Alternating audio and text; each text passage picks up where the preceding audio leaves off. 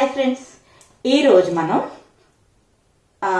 ప్రముఖుల గురించి తెలుసుకునే శీర్షికలో ఒక గొప్ప భౌతిక శాస్త్రవేత్త గురించి తెలుసుకుందాం. సుబ్రహ్మణ్య చంద్రశేఖర్ గారు.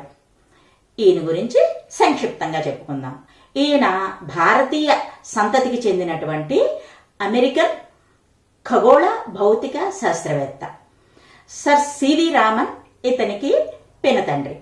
ప్రముఖ వైణిక విద్వాంసురాలు, ఇంకా సంగీత అకాడమీ అవార్డు గ్రహీత విద్యాశంకర్ ఇతని యొక్క సోదరి.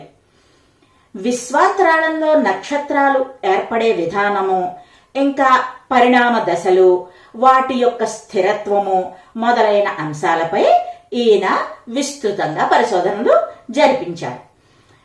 వ్యక్తి జీవితంలో బాల్య, కౌమార, యవ్వన, వృద్ధాప్య దశల మాదిరి నక్షత్రాలకు కూడా పరిణామ దశలు ఉంటాయని ఈయన చెప్పాడు. అరుణ మహాతార, శ్వేతకుబ్జతార, బృహన్నవ్యతార, ఇంకా న్యూట్రాన్ తార, కృష్ణబిలం ఇవి నక్షత్రాల యొక్క పరిణామ దశలు అంటూ వివరించాడు ఈయన సుబ్రహ్మణ్య చంద్రశేఖర్ గారు. ఇంకా ప్రపంచంలోనే ప్రతిష్టాత్మకమైనటువంటి నోబెల్ బహుమతిని మన దేశంలోని ఒకే కుటుంబానికి చెందిన ఇద్దరు వ్యక్తులు సాధించడం వారిదైన విషయం. అద్భుతం కూడా.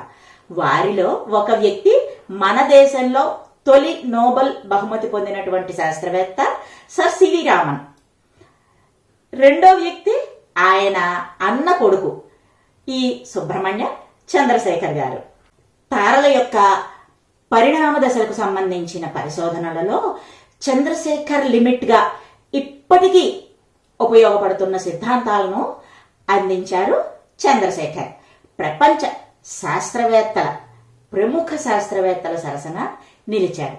ఈయన 1995 ఆగస్టు 21న షికాగోలో తన 85వ ఏట మరణించారు.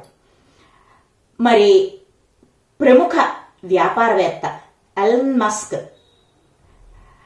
ఈయనకి ఈ శాస్త్రవేత్త అంటే చాలా ఇష్టమంట. అందుకని తన కుమారునికి చంద్రశేఖర్ అని పేరు పెట్టుకున్నానని ఒకసారి జరిగినటువంటి ఒక ఇంటర్వ్యూలో ఈయన చెప్పుకొచ్చారు. ఇదర్రా సంగతి. మరో మంచి వీడియోతో మళ్ళీ మీ ముందుకు వస్తా. By bye friends.